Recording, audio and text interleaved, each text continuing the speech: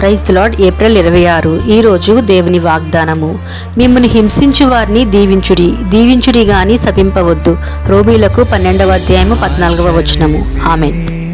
నాదు బ్రతుకును నీ కృపతో నింపితివి,